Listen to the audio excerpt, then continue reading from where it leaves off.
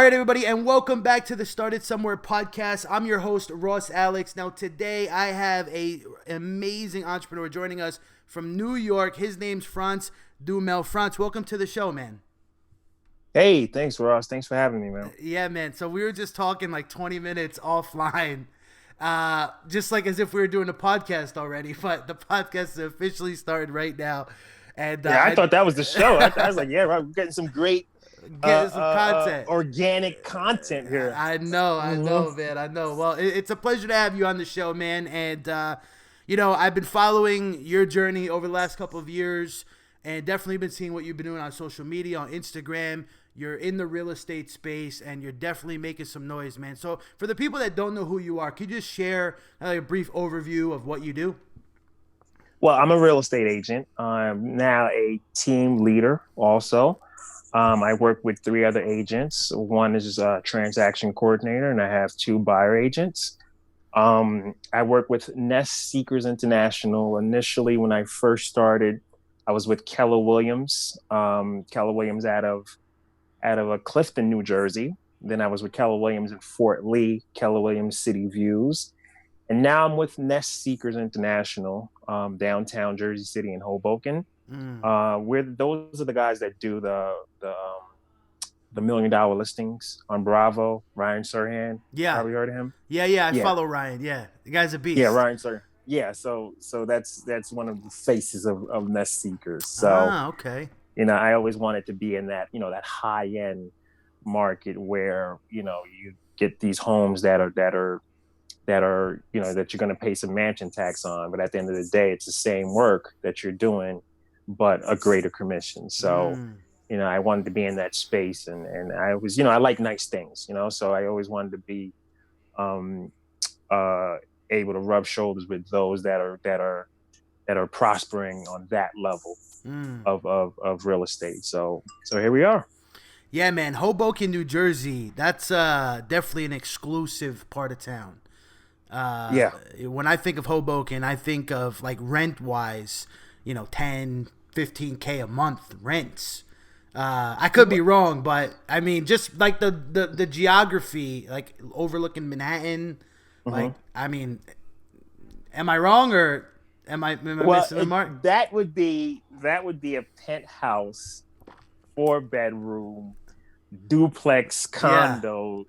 Yeah. So that would be 10. But like on average, let's say a 1-bedroom, you're looking like 2,800 for a 1-bedroom. And it depends on the closer you get to the waterfront, of course, the more expensive it gets. But I focus more so on downtown Jersey City. So downtown Jersey City, 2-bedroom, you can get anywhere between 28 and 35, depending on your views, what exposure. Do you have the southeast exposure, which is your view of the Freedom Tower, and Empire State Building, if you're in Cliffside Park and Edgewater. All of that. I really focus on what we call the Gold Coast.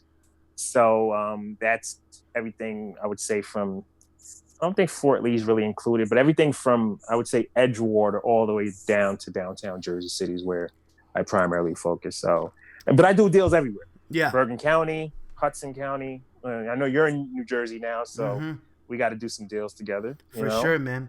I looked in Fort Lee before I grabbed this place, and I looked at the modern, the modern building. I don't know if you're familiar with it. The modern. I go to a restaurant at the bottom of the modern called Ventanas. Dude, I've been there. I went there once, man. That place is super sick, dude. Like, that's a nice place. Oh, you gotta go in the summer, man. I felt high end in that place, man. Yeah. Exclusive. I got 2 deals out of that place, actually, man. Nice. And everybody's there is like, everybody's there for the same purpose. They're looking to network and looking to broaden their horizons. So it's like, it's a good place to network, Yeah, absolutely, man. Networking is definitely important. So you're all over the place. I'm sure you don't discriminate like where the deal is, right? Most real estate agents, like, as long as it's in the state, I mean, you'll probably go wherever you need to go. Oh yeah. I would say I'll go within a 50-mile radius to get a deal done. But the farther I go, the more, I guess, pre-qualified my buyer has to be, and the more committed they have to be. Mm. So if you're gonna take me outside of a half an hour, I gotta get, a buyer's agency agreement signed, Yeah, so I know that you're gonna be loyal. of Because course. in this business, it's like, the saying is buyers are liars, or buyers are not loyal. Yeah. But I mean, who, I don't blame them, because you sometimes you get these lazy, you get a lazy realtor, and you just want to hop around until you find a competent realtor that can get the job done. But I kind of proved from the onset that I'm that realtor, because I do the work that most realtors do in the middle of oh, well, excuse me, that most realtors do after they find the house that the client is interested in. I do it before, like getting the comps, the Mm. CMAs. Before we even go there, you know the value of the house already. Mm. You know who was the previous owner. You know how much they paid for the house. So I'm big on doing that kind of homework to kind of separate myself from the average agent. You know. Yeah, no, I dig it, man, and especially in the real estate agent space, I know that there's a lot of people that waste time.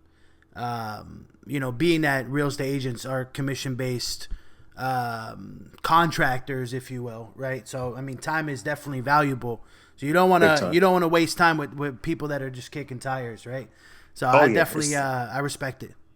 100%. You It's the know. one thing we got to protect is the time. So it's like, like that's what the pre-qualification process is about. It's really Mm-hmm. about protecting your time. Mm. Are you pre-approved? How long are you looking? When would you like to buy? When are you looking to make the purchase? So if the person says, if we're in January and the person says you're looking to make the purchase in August, that might not be somebody you want to prioritize at the time. You might, Mm. just, put them on alert, show them what's on the market and show them what they're getting into. But, as far as, jumping through loops for that person, but you don't know until you ask. So pre-qualification is so important, because that's the only way to protect your time. Right now, we're talking about being a buyer's agent. But Correct. do you work with sellers as well? I would say 20% of my business is probably with listings. Um, and I find that common with a lot of agents. I've been in the business for about 3.5 years now. And I find it common that in the beginning of your career, you're probably going to be dealing with mostly buyers. And slowly, as referrals come back in, and as you start to get more and more comfortable prospecting, and your scripts just become second nature, Mm. then you'll start to see a 50-50 split between listings and dealing with buyers. And a lot of times what I notice is most of the agents that are like 100% listings, or dealing with sellers, they've most of them been in the business 5 years or better, Mm. because the referrals, the referral is so You get strong that at that point. reputation, and then it's like a snowball effect, right? Like you start getting business, working with clients, putting your name out there, and then you kind of become like the household name in that area. And then people say, "Oh, I need to sell my house." They're like, "Oh, you got to call this person. You got to call that Exactly. person." I think that, and that's why marketing is so important, right? In any brand, like you got to have your marketing down pat, right? Oh yeah. Like if you need cash now, you call JG Wentworth, right? Like everybody knows. Like those little jingles, right? Like Yep. Yep. Yep. marketing is so powerful. But so It's everything. why real estate? 3.5 years in the game. Why did you choose real estate as the hustle? I had a cousin of mine, and I always give him the credit for bringing me into the business. He's like a mega agent in Florida, Shay Nelson. He always used to say, "Man, you would kill it in real estate because you're a people's person. You do right by people, and you just have a certain charm about you that that would have the average person drop their guard and feel comfortable." So that's not what really did it. Not the him telling me about the kind of person I am. What did it was I saw a 1099, dude, Mm, and it was like $350,000 that mm, he made that year. And I'm like, whoa, but granted, he's been in the business 11 years. So it doesn't happen overnight. And not saying it can't, because it's all about who you know. Mm-hmm. You know, if you know the right people, you know, you have the right investors, you have a Ross on your team, you have 5 Rosses, you're out of here. I Right? appreciate So that. yeah, so it's about who you know. So he showed me that. And at the time I was, I was wearing a couple different hats. I was doing accounts receivable, accounts payable, some accounting work for a company I was with for about 7 years, cybersecurity company. As you know, I was doing music. I had some comedy. I was a promoter. I was a comedy promoter. I did a couple of huge concerts. So I was seeing decent money, but when he showed me that, I was like, wow, I can really just focus on one thing and get to that level. But yeah, so after I saw that 1099, I wasted no time that That was week. like I the just light went and bulb. signed. Exactly. So I went and signed up. Did the school test. I probably was in the school Teaneck. I went to real estate school in Teaneck. Did that for about a month. Failed the school test the first time, No way. and failed the school test the first Uh-oh. time, and then took it again right away, and then I passed the state test the first time out. Okay. So, a lot of people, fail a state test like 3-4 times. So it was good that I failed a school test and I got my practice with the school first, and then I went and passed the first time, and then I joined Keller Williams right away, and here we are. Wow, man. Yeah. So you mentioned Teaneck. It's crazy what's going on at the time we're recording this with the whole COVID-19 deal. But Teaneck's actually like ground zero right now for this virus situation. It's Really? like, I didn't know that. Teaneck, I guess, what's the hospital there? Like Holy Cross Hospital or something? Yeah. Yeah, there's like more cases in Teaneck right now than like per capita. It's crazy. I haven't been to Teaneck, but yeah. So Teaneck is the New York City of Jersey, you're basically saying. Yeah. Well, as of like a couple of days ago, I don't know if that's changed. Well, in comparison to the nation. Yeah, you know how New York is like dense. Densely. This whole situation is crazy. Like I've been up here since November, but I've been in Houston for 6 years, and it's like the time I finally come back, like to like my roots, I'm dealing with this. I can't even leave the house. But dude, this is biblical, man. Yeah. Let me share something with you. It's a little scary. It's a little off topic, but I'll share it and we can jump right off. I remember watching an interview. This is right after Trump got elected, and it was Dick Gregory, who was a comedian activist. Yeah. And he's from like Martin Luther King days, and they asked him. They said, where do we go from here? And he was like, we go nowhere. And they was like, what do you mean? He said, it's over. I said, what do you mean it's over? He said, it's over. There will never be another president after Trump. I said, what do you mean by that? The country is going to shits on this presidency. I said, you'll see. And then he said, so who do you think is gonna, I think it was along the lines of who do you think can compete, the Democrats can drum up to compete in the next 4 years? And verbatim, he said, this country will not make it to 4 years. He died shortly thereafter. Don't know if he was killed. Don't know how he died. It might have been natural causes. I don't know. But conspiracy theories are all over the place.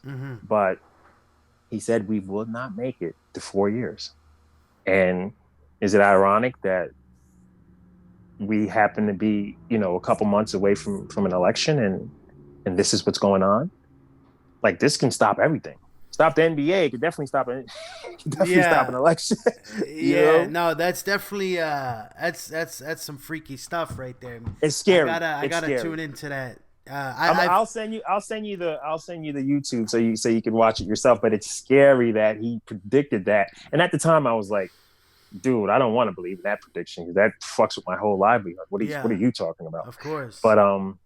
But it's still I still hope that prediction won't materialize because God knows we don't need that right now. I don't, because I'm Yeah. working so hard I'm working so hard to get to a place that I consider to be happiness. And if that happens, then it's like everything you work for is just down the drain, and it's all about survival, you know? So what is happiness for you?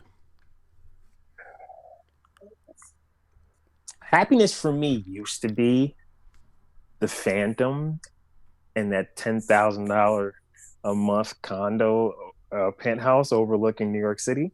But for me, now that I'm married, I think it's more so, you know, give me 25,000, 3,000 square feet.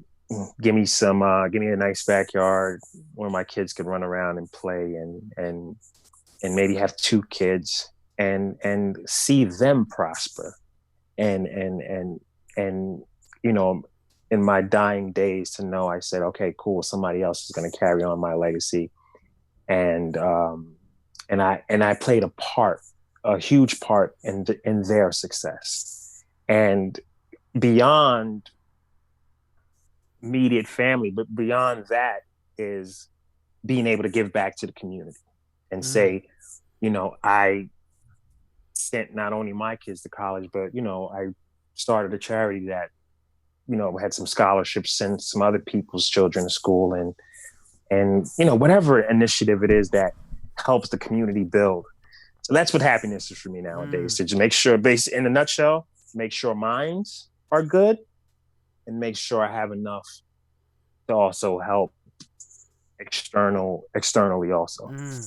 Yeah, I definitely relate, man. I feel like a lot of fulfillment comes from giving back, right? And helping people, whether it's like through content, through podcasts, through putting on an event, through, donating to a charity, like whatever it may be. Like fulfillment, really comes from that. And I think like a lot of entrepreneurs in business like deal with the lack of fulfillment. I mean, maybe just people in general, but I know I've struggled with that over the last couple of years. Like really just a lack of fulfillment. Like what's next? Like what can I do to feel full? And I just had a baby 2 months ago, so that's definitely helped. Congrats. Thanks, man. Thanks, bro. It's huge. It's huge. It's big. I think that's what I needed, man. Honestly. You smoke cigars? Ross? I will. I don't have any. Let's get up. Yeah. I got some Cubans out of put me Cuba on. that might. Yeah. We got to go smoke one and just talk, man. Just talk about life, man. Absolutely, man. For sure.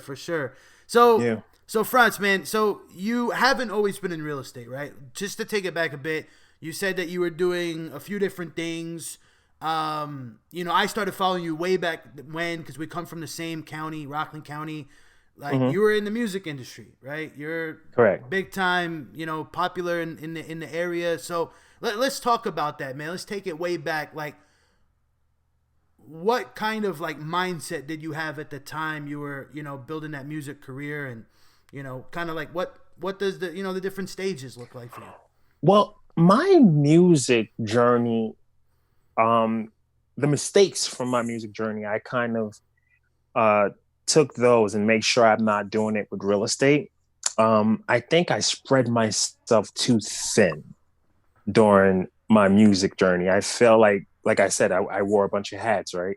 I think that it's not conducive to the one main goal. And at the time, the one main goal, or the biggest goal, was doing music. But I would throw on my promoter hat. I would do a big concert or a comedy show in Albany, and I would leave music for 2 months to go do that, and I would come back and be like, hey, let's get back in the studio.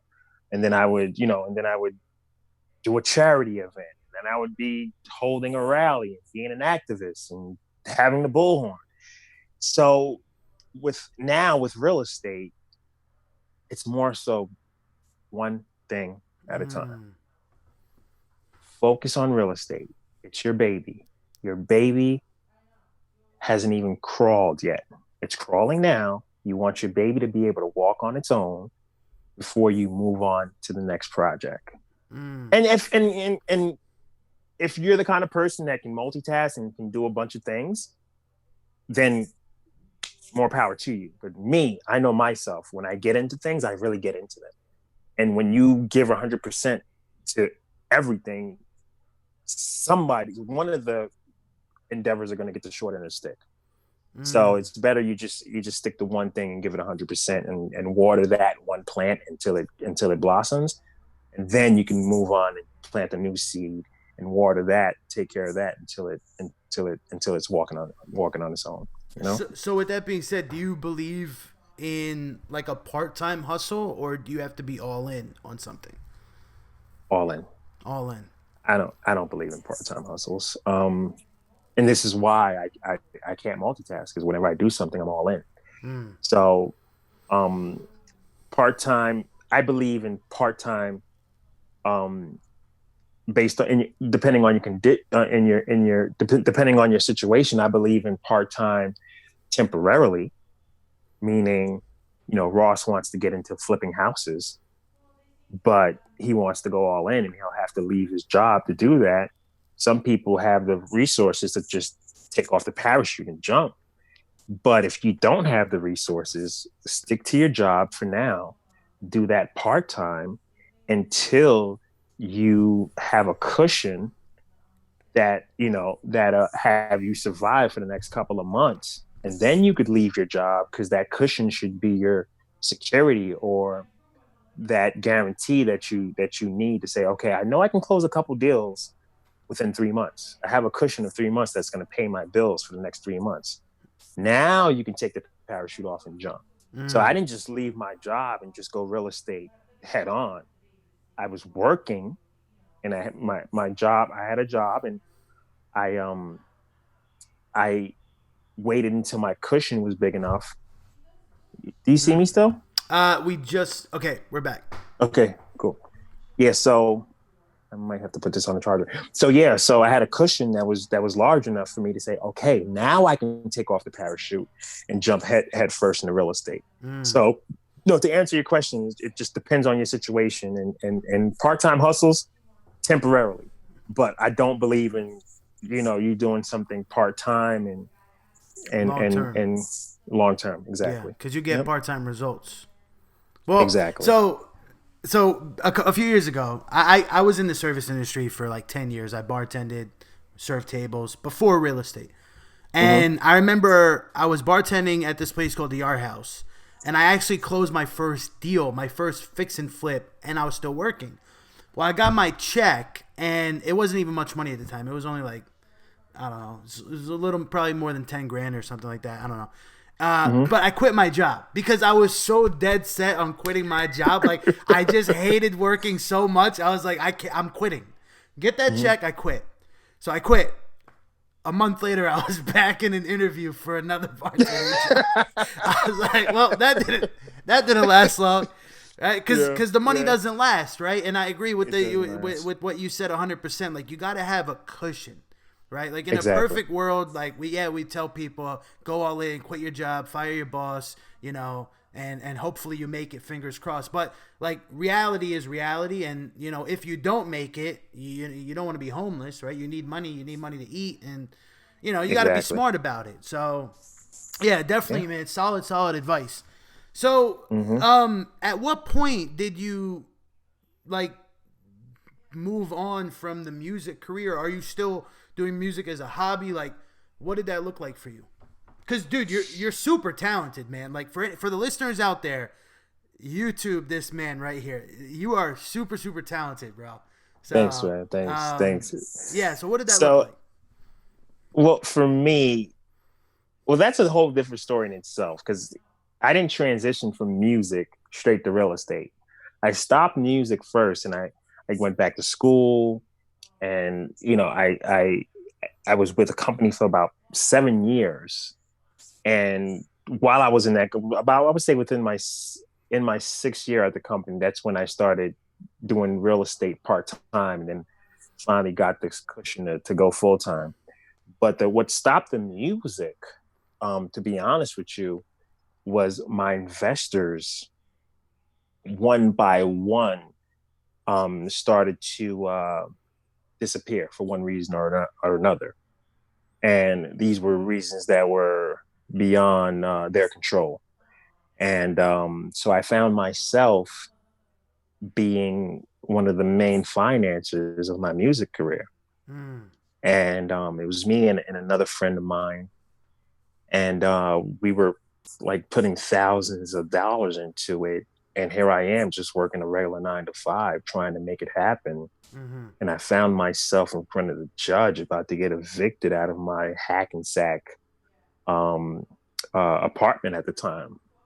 And I had to make a decision. But I always said to myself, I wasn't going to be doing the artist thing past 30. And I stopped at 34. So I pushed past the 30 and I just gave it my all at the end. Like I put everything I had into it and it didn't work. And I found myself in front of a judge about to get evicted instead of on the BET stage collecting an award, you know? So, you know, I gave it a try. I remember a long time ago, I must have been 15 and I was doing telemarketing.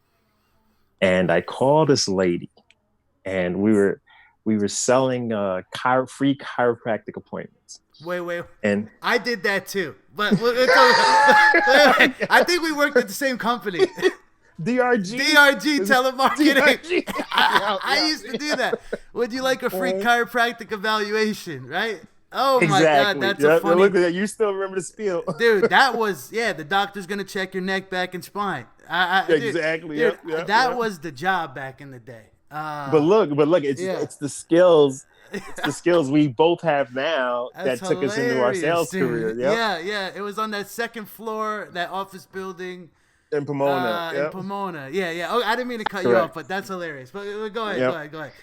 So, and I remember she said, "Sonny, I don't want your chiropractic appointment."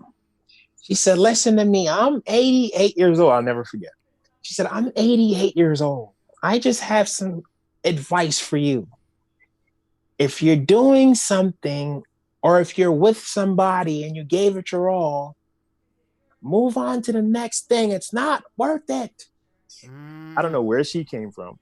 I don't know if she was talking about her husband, her ex-husband. I don't know where, but there's nothing more precious than advice from the elderly because there's something that they've seen throughout their life that we haven't gone through yet. And they're trying to prevent us from going down that path. And, you know, they say the best teacher's experience. I say the best teacher is somebody else's experience.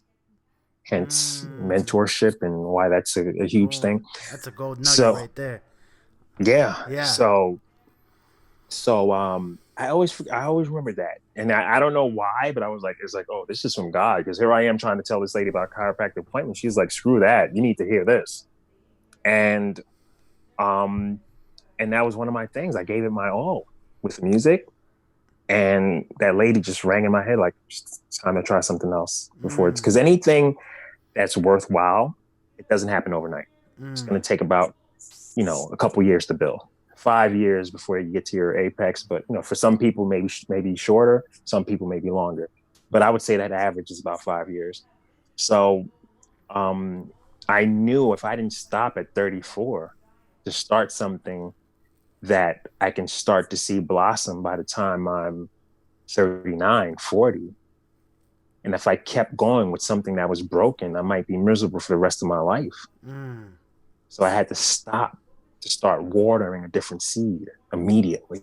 Dude, and that's powerful. My people, they didn't understand. They were against it. And rightfully so. They invested money. But, for me, it was like, guys, I know what you guys need to do for your life. Do it. I'm telling you what I need to do for my life. I need to water a different seed now. Now, when you came to that realization that you wanted to do something else or go down a different path, did you feel like a failure? I didn't. I did not feel like a failure. I felt awkward when I was out in public because so many people believed in me, and that bothered me. Because they would constantly come up to me and say, "You got to keep going. You got to keep going." So it was kind of annoying, but my mind was set. I knew what I needed to do. I knew I needed to go back to school. I knew I needed to, do something that would give me the happiness I was looking for 5 years or 10 years later, whatever that was. But it's also something that wouldn't be predicated on what others did around me, or if others were doing their job. I wanted to be predicated on my work solely. You know what I mean? Absolutely. 100%. So, yeah. A lot of people that make a change, most likely to start a business, they do face a lot of adversity, and people that they were very close with kind of switch up. And I mean, like, I know when I got started in real estate, I lost a lot of people who I thought were my friends, because they were like, what are you doing? You're not coming out anymore. You're not partying with us. You're not doing, and I was focused. I was focused on something. So a lot of people deal with that, right? A lot of people deal with people that, might look at you differently, or, what have you. And that right there prevents people from getting started or from doing the things that they want to do or making that change. So what would you say to somebody out there that's struggling with, switching it up a little bit? I would say, back to the 88-year-old lady, if you put your all into something and it's not working for you, and especially if there's components that are out of your control that are also causing it not to work, you want to say, okay, I did what I was supposed to do. I did everything that I could do. And if it's time to move on to something new, don't be afraid. You gotta go ahead and give yourself a shot. But let's take calculated risk now. Let's draw up a plan. And one of the greatest things that I've learned is, I think anything that's worthwhile has an internship stage to it, where if you're looking to generate upwards of $200,000 a year, how dare you think there isn't an internship process to it, where you have to learn before you can earn. So understand that. And as long as you're not looking for instant gratification out the gate, you'll be okay, because you're gonna have a chance to build it the right way, where it's just not gonna crash. Like when you got your first $10,000, you're like, screw it, I'm quitting my job. This is it. I'm good. No, if you would have been with the right mentors at that time, they probably would have told you, oh, $10,000 is nothing. Stay at your job. So they did, but I didn't listen. Okay. They did tell me. I didn't listen because I it was kind of like, being just a knucklehead, and I'll admit it. Like, I like instant gratification. I do. Like, I want it now. But I realize, and of course I've matured a lot, but I realized that, instant gratification takes a year, 2 years, 3 years, right? Like, it's really all about deferred gratification. So that's like the older Ross knowing that. But at the time I was like, we're going to Mercedes dealership, we're going to put down payment down, But yeah, man, you definitely you said a lot of powerful things right there. And I want to ask you this next question: how do you feel about the statement, "Do what you're passionate about"? I do believe in it. Okay, so let me just explain it to you like this, right? What is your definition of intelligence? Let me ask you a question, and that question would be it's a segue to answer your question. But I just want to ask you that question. What's your definition of intelligence? So intelligence to me is being educated on certain topics or certain areas of expertise. So intelligence is measured by one's knowledge of that subject. But there's also different types of intelligence. Like, there's emotional intelligence, and there's practical real world intelligence. That's my interpretation of intelligence. Okay. And the latter of your explanation relates to the greatest definition I've ever heard, where you say the practical world. So the greatest definition I've ever heard is intelligence is the ability to obtain one's heart's desire. So whatever your heart's desire is, if you can get to it, you're intelligent. Mm. So if if you just want to be at home with the picket fence and you just want, you don't want to make more than $70,000 a year, and you get to $70,000 a year, that's what your heart wanted. You're intelligent. You found happiness because that's what your heart desired, and that's where your happy place is. Mm. So, what was your question again? Because I know that was segueing. What was to like your feeling on when people say do what you're passionate about? Yeah, exactly. So, as I stated earlier, I'm passionate about nice things and being able to give outside of my immediate family. I want that in my life.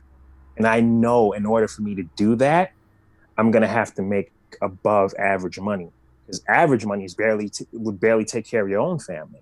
So if you want to be able to live a good life and be able to travel and also give back to the universe so the universe can continue to give to you, that I'm passionate about that. So I know I need to do something that is going to get me that kind of money.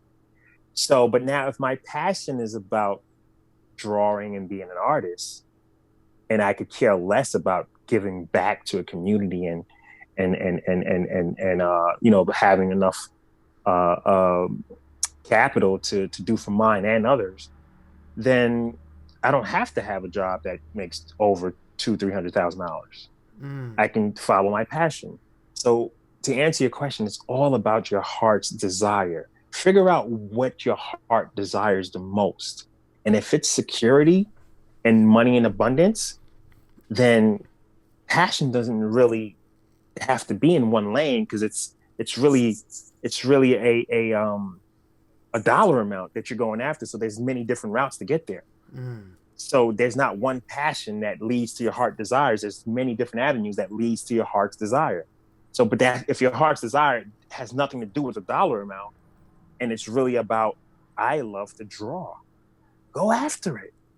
That's where your happy place is. So I believe in passion, but you have to know yourself. If really you want that big $500,000 a year W-2 or 1099, but you also like to draw, figure out which one is more important. And that's where you should go. I dig it, man. Yeah, I think a lot of people struggle with that question because passions don't always pay. So Correct. They get, it's like the person that does love to draw. Well, right now, that might not be an income producer for you. And because it's not an income producer for you, you might have a very tough time providing for yourself, providing for your family. But it's something that you genuinely want to do. Yep. So, yeah. But, yeah, man. So, I want to switch gears here, Frantz. Let's talk about the day, like present day hustle. Because you've gotten all the way up to this point. We talked in the beginning. You're closing deals. You're working with clients. You're doing, deals as a buyer's agent, deals as a seller's agent. You do have some ambition that I want to talk about towards the end of the show. But what does the average day look like for you? And I want to add there, the reason I ask is because a lot of people that get into real estate or get into business, and suddenly they don't have a 9-to-5 schedule. They don't have somebody telling them, hey, take lunch now, clock out, go home now. They find themselves struggling with how to fill their day, right? How do I know what to do when I don't know what to do? So what does the average day look like for you? Okay, I'm going to answer that question. I just wanted to piggyback on that by adding um, one of a bold instructor from Keller Williams. The bold is a program that kind of pushes you to up your game as far as listings are concerned. And one of the things they push is real estate is not about closing deals at all.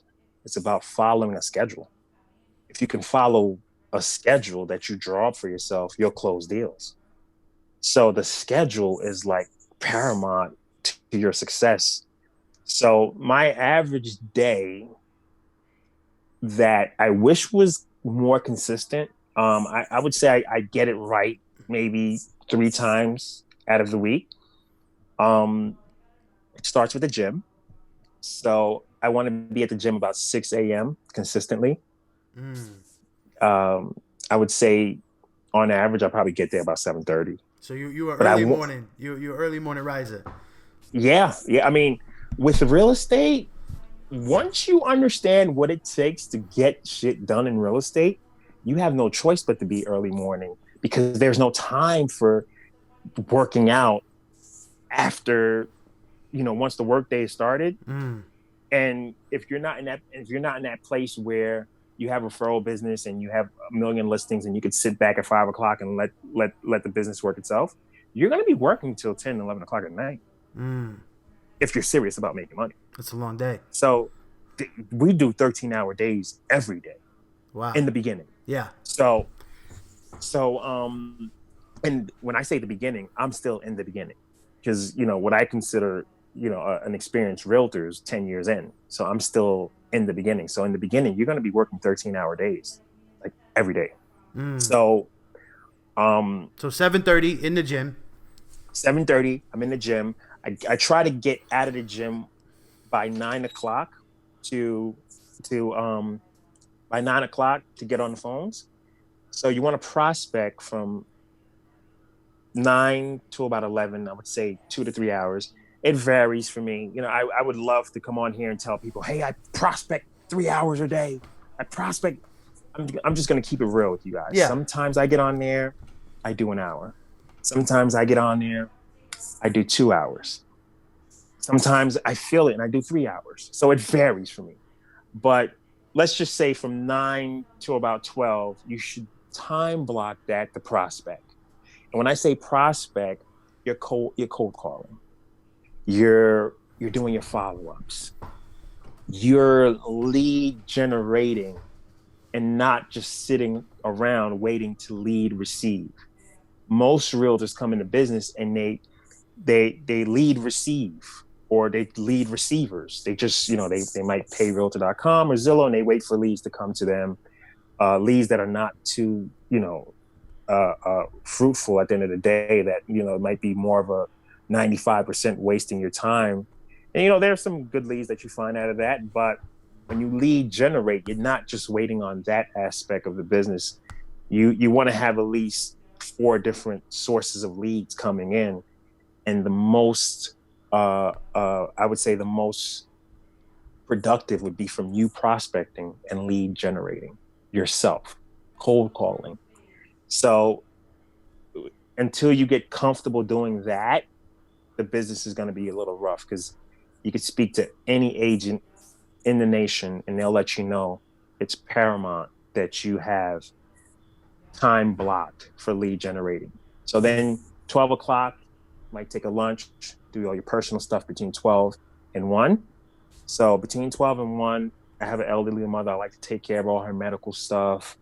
If there's a doctor's appointment, I always set it up between 12 and 1. So that's when you pay a bill, pay a traffic ticket, whatever personal stuff you gotta run during the day. Try to do it within that lunch hour. So get rid of your lunch within 15 minutes, 12:15, 12:30. Next 30 minutes, go online, pay your bills, do whatever you gotta do for your personal life. And then if you're setting appointments for listings, you want to set them up maybe between 4 and 6. So before 4 and 6, so let's say between 1 and 3, your database is another one. You want to make sure you're touching your past clients, setting them up on a drip campaign to make sure, certain things are automated. Like that keeps you at the top of their mind. Because if you're not giving them a touch every now and then, every quarter, every 2 weeks, or for the new ones, you need to, constantly be in their face. So I would say between 1 and 3 o'clock, I'm doing 2 things. I'm either working on my database, make sure it's automated and the drip campaigns are going out, and I'm working on social media. Because as you said earlier, marketing is everything. Mm. So you want to get, because believe it or not, most social media starts to die down right around 5 o'clock. 11 o'clock to 11 o'clock, between 11 o'clock and 2 o'clock is when it's the strongest, that's when most people are on. Well, not now, because everybody's home, so it's probably strong all day now. Mm. But that's when you want to get your social media blast in within those hours. So anytime before 2 o'clock is good. And even if you do 3, 4, just make sure you get it in for the day. Because like you said, if you're not marketing or, at least using the platforms that are completely free, then you're not doing your job. Because in the beginning, you're going to wear all the hats. You're the marketer, you're the accountant, you're the buyer's agent, you're the listing agent. In the beginning, you're everything. So you got to, only way to wear all those hats is if you time block each. So in the morning, you're an appointment setter. You're not even, let's not even call it prospecting. You're an appointment setter, because all you're going after is an appointment. Then 12 o'clock, you're an errand runner, you're a soccer mom or whatever. Then you put on your marketing hat. Then you put on your data entry hat. So it's a lot. It's a lot. And then, mind you, we still didn't get to the servicing your client part. So somewhere in the middle, you have clients and you have to serve. Now, this is where I'm going to be honest with you guys. This is where I have a shortcoming. And I know you follow Grant Cardone. Mm-hmm. And I remember after hearing Grant say, like, screw service, it's all about lead generating. And he didn't mean like F your client, don't, after you get them, you don't pay attention to them. He meant like, listen, servicing should be second nature, but the goal is to get new business every day. Mm-hmm. That should be bigger than servicing. But for me, a large portion of my career, I could not grapple with that concept because I'm so big on service. So when you time block prospecting in the morning from 9 to 12, servicing a client shouldn't be in that time frame at all, or in that time span at all. I had difficulties doing that because it's like a client says, "Hey, Frantz, I need this done," or "Hey, Frantz, did you send that to me yet?" I will stop prospecting to make sure I'm not incompetent to this client. And then if you have 4 or 5 clients that you're doing that for, guess what? You never prospect for the day. Because 4 or 5 clients that you're trying to service by yourself, now you're just servicing clients and you're not prospecting. So what happens is it takes 30 to 45 days to close deals.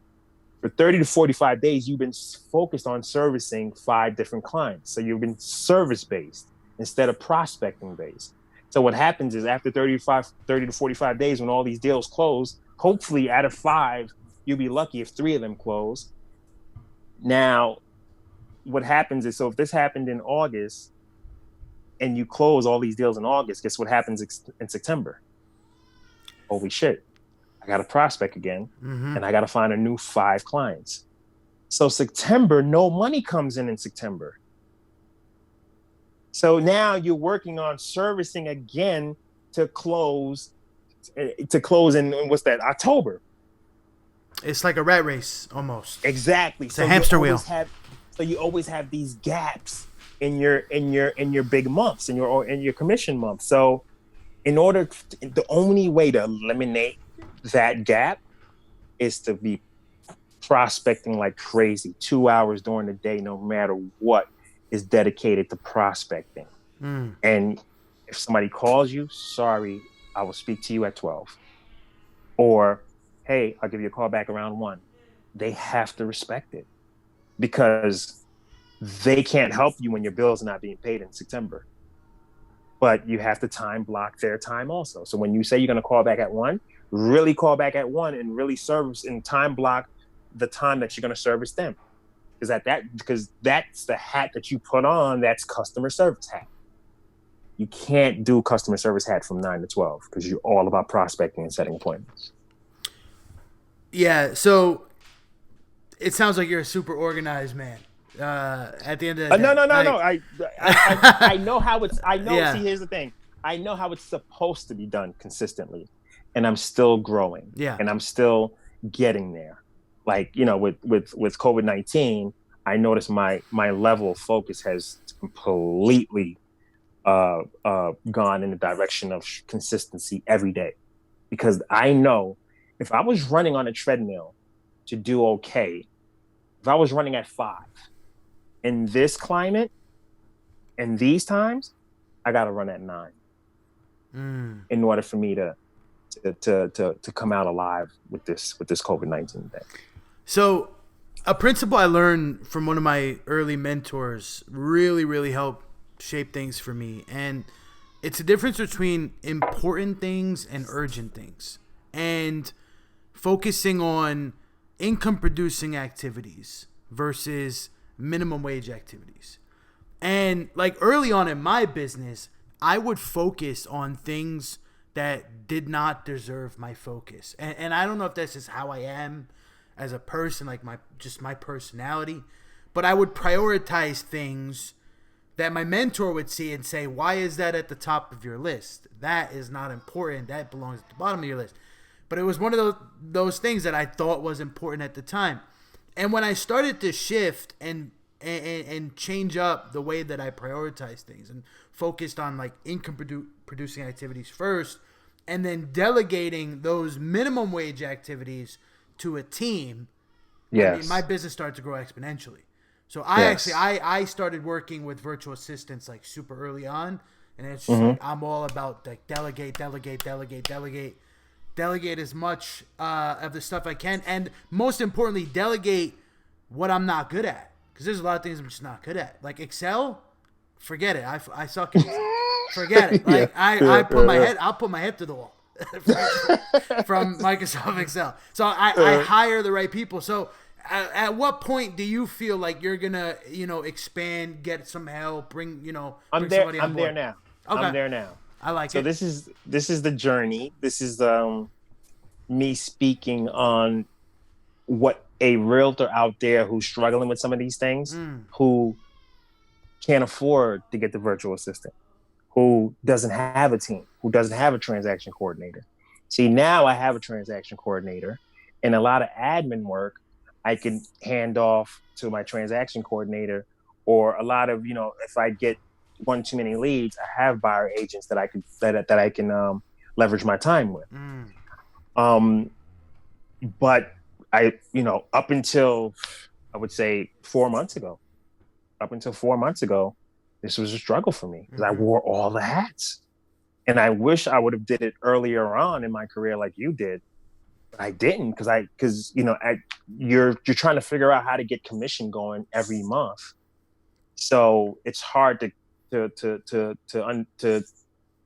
be comfortable with the concept of, wow, I got to pay all these people while I'm still trying to figure out how to pay my own bills. You know what I mean? So yeah, I definitely know. It's kind of like, for lack of a better word, it's like it's a hard pill to swallow at first, because it's like, well, I gotta pay people and hire a team so that I can make more money, but I'm not making money right now, so I'm gonna pay these people with money I shouldn't be spending to make money. But like that concept, once you get it down, if you figure, okay, if I can duplicate my skill set between 2 people, 3 people, and they can do what I do and help me get more clients, more business, maybe someone else is doing the prospecting. Well, maybe I can do double the amount of business as I would if it was just me. So it's kind of like, you know, you definitely have to get to that level before. Like, I wouldn't recommend anybody just go out there and hire a team and start putting people on payroll, like, until you've mastered the skills yourself and actually have been able to do it on your own. But I mean, definitely, like, you know, delegating and building a team and systematizing, like, you know, the operation, like that should be the goal for everybody, in my opinion. Oh yeah. You know? Gotta leverage your time. Because it's not sustainable. It's not sustainable. You'll burn out. Yeah. You know? And so, I mean, if you're okay with doing 1 or 2 deals a year, you know, 6 deals a year, then you're fine. You'll be all right. But if it's a $50 million listing, right? do one of those once a year. I mean, we're chilling. Exactly. But if you're looking to make, you know, if you're looking to do, you know, 20 deals or more, if you're really looking to rock and roll and you want to do 100 deals, you're going to need a team. That's it, man. That's it. Yeah. I love it. Frantz, any favorite books that you've read over the years that you would recommend to the people out there? Sure. There's a book by Malcolm Gladwell called Outliers. Now, this book, reason why it really hit a spot for me is because I'm one of those people that feel like I have the talent. So because I have the talent and I have the charm and I have the natural people skills, that I probably won't have to put in the 2 hours of prospecting every day and leads are going to just come to me. That book kind of, it's like talent versus practice. And that book puts it into perspective for me because it's like the Beatles just didn't become the Beatles. The Beatles played in this like basement bar. They must have did like 2,000 gigs before they became the Beatles. So like, and then it touches on how Bill Gates is not just Bill Gates because he just, thought of, putting the PC in every home in the world. He actually was blessed with being around the first model computer ever in the school that he went to. So it was like he was in the right place at the right time. And that's how he became Bill Gates. And there was a lot of practice involved. And it just makes you, that book gives you a different kind of respect for work ethic and what it's going to take. So if you are like me and Ross, people who love instant gratification, that book kind of gets you prepared for the journey and how to enjoy the journey. Because if you don't, you might not ever make it to the finish line. Awesome. Man. Another so that book, was Outliers, Malcolm Gladwell. Just for everybody out there, Outliers. I just pulled it up here on Amazon. So yeah, definitely, I'll be adding that to my list. And go ahead. Yeah, Outliers. There's another book, Gretchen Rubin, Better Than Before. She has another book, Gretchen Rubin. Look up Gretchen Rubin. Anything Gretchen Rubin is like phenomenal because it really teaches you how to deal with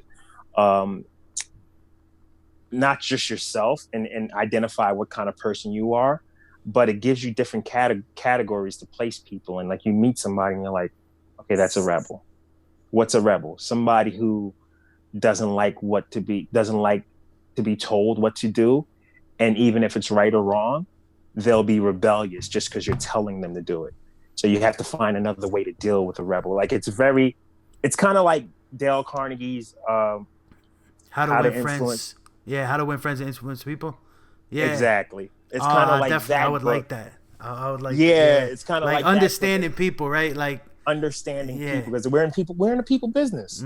So you got to understand the different people you come across and how to like who to push a little hard and who to let them tell you exactly what they want and how to cater to that need. But I'm big on books like that kind of explain how people work because I think everything is a people business.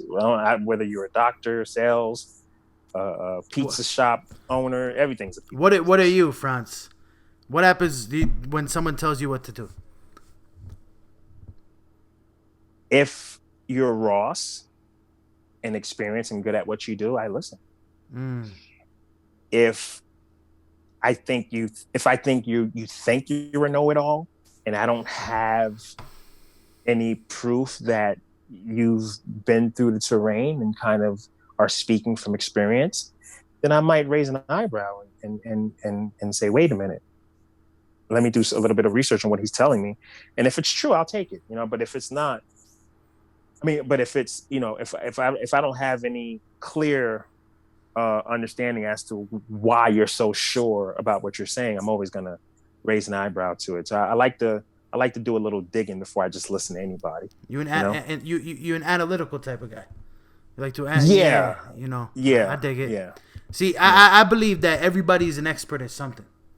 Like, I've met people that do $100 million a year. I say something, they're like, "Oh, I didn't know that." Mm-hmm. I've learned from people that make $7 an hour. So everybody is an expert at something. Even if it's making a toy car, like a model car, or putting a puzzle together. Like, everybody's an expert at something.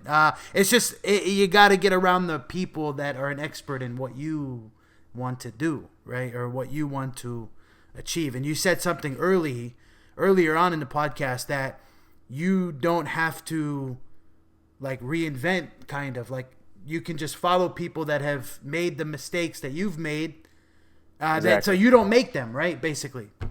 Correct. Yep.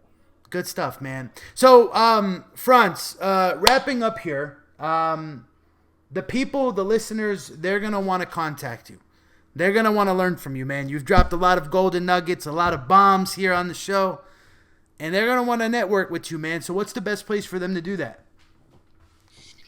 I can be reached at my website. I have a website, NewYork, NewJerseyHomes.com. I also have NewYork, NewJerseyRentals.com. And here's another one for new realtors. I know experienced realtors already know this. There's a shift in the market. With this shift, some of us tend to cringe upon rentals. Like, there's not enough money in rentals. Rentals is going to be your lifesaver in this market right now. So as the buyers, the banks, the sellers are trying to figure out what to do, the rental market is red hot still. People are always going to need a place to stay. So if you're dealing with high-end rentals, $2,500 is your broker's fee, because that's what the monthly rent is. If you do 2 of those, that's $5,000 for the month. Of course, but you're split with your broker, but you get the gist. So right now is the time to shift and pivot towards get a couple rental listings under your belt right now. It's going to help out a lot during these times.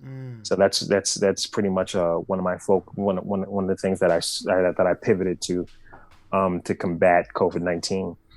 But I'm sorry, I got off track. What was the question again? You were plugging your website and my website. Yeah. Also, call me, man. Call me 646-797-7201.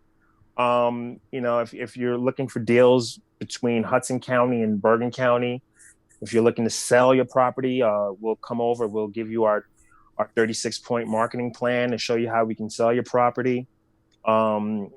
Buyers, we guide you from A to Z. We'll explain the whole process to you during your buyer consultation, and we do it all over the phone. If you want to FaceTime me, you want to come down to the office, let me know. We'll make it happen. If you're a new realtor, and you follow Ross's show and you just want to ask me a question of something that you might be struggling with, and if I have an answer for you, I'm going to give you an answer that's going to help you out to the best of my ability.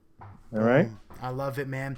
Now, Frantz, I ask every guest this question as a closing question, and I ask that you think about this for a second before you answer. But the question is, what is the absolute best advice that you've ever received in your entire life? Do we have to go back to the 88-year-old again? If that's what it is, man, absolutely. I really, you see, I mentioned it maybe like 3-4 times during the podcast, man. That's it. If you put your all into something, it's not too late to learn from all the mistakes that you did in one business venture and put all the new knowledge into something new that you're gonna execute the way it should be executed and get it done. And the second one would be something else that I already touched on, is intelligence is not necessarily being the smartest and different and having different knowledge with certain topics and certain career fields. It's really about being able to obtain your heart's desire. So if you want that girl that's over there at the bar, and you're intelligent enough, or you gather up the courage to walk up to her and introduce yourself, and you actually get her, and you, whether you marry her or whether you have a one night stand, you are intelligent enough to make that happen. So it's whatever your heart's desire is. That's your intelligence. So I hope your heart's desire is to change the world, or is to 10x it and go hard. So, so that's what, and I think that definition kind of makes you like look at yourself like, wait a minute, am I smart? I think I'm smart, but if you can't get to your heart's desire, how smart are you really? Or how intelligent are you really if you can't get to your heart's desire? There's a way to get there. You just got to figure it out. Put the work behind it. Awesome, man. Well, thank you so much for sharing that. And with that being said, Frantz, thank you so much for being on the Started Somewhere show. It's tons of value, man. Really, really appreciate it. I know the listeners out there are definitely thankful for all the bombs that you dropped. And I look forward to staying connected and seeing what you're going to be doing in the near future, man. Let's go get a cigar. Congratulations again, Ross, man. Thanks, brother. I appreciate it, man. Talk to you soon. All right, my man. All right. Have a good one. All right.